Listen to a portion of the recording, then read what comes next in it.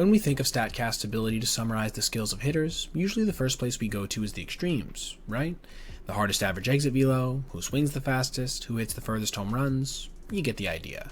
But what we can also use these tools to do is get a more complete picture of who best captures these extremes, i.e., who the strongest hitter in MLB is today, or, in the case of this video, who's the absolute weakest. Now, since this truly isn't an exact science, you can't point to any one stat and claim it tells the whole story. Sure, Luis Arraez has the slowest swing, but he's not even in the bottom 20 for average exit velo. Nicky Lopez may have the lowest percent of hard hit balls, but his barrel rate of 1.1 is only third worst in the game. It's with all this being said that, when analyzing the whole picture, I think one culprit stands out for who is the absolute weakest in terms of their overall hitting profile. And it might not be who you'd expect. You see, even though he currently has an 85 career OPS+, which isn't good, but certainly isn't as terrible as a few other candidates to be considered, Sal Frelick is Major League Baseball's weakest hitter. Now, in case it wasn't obvious, I don't mean this in a production sense. Martin Maldonado's batting average was 130 points lower, for example, and there were multiple other hitters last year whose OPS was lower than his 655. No, I'm only talking about his actual build as a Major League hitter. During the 2024 MLB season, Sal placed last in average exit velo, barrels, barrels per batted ball event, and overall barrels per plate appearance. Now, all these are pretty good indicators as to the thump in a hitter's bat, right?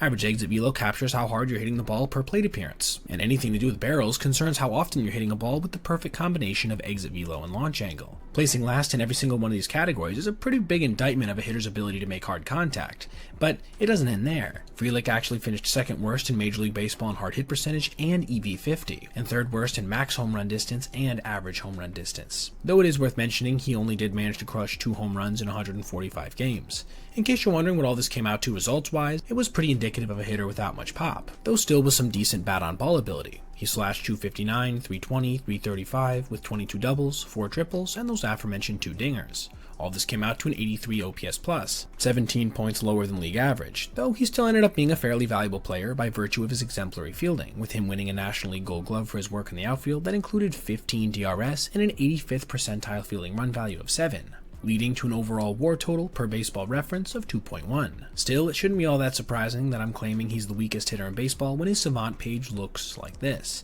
as his expected slugging, average exit velocity, barrel percent, hard hit percent, and bat speed are all in the 3rd percentile or lower, with his launch angle, sweet spot percentage, and expected WOBA only being marginally higher. He is, in my opinion, the weakest hitter in Major League Baseball today. Though I do want to reiterate, this doesn't mean he's the worst player or anything like that. And, quite certainly, if he can continue to put up at least the production at the plate he did last year, while coupling it with his work in the field and sneaky good base running, he could easily carve himself out another decade or so in the bigs, despite all of his shortcomings at the dish.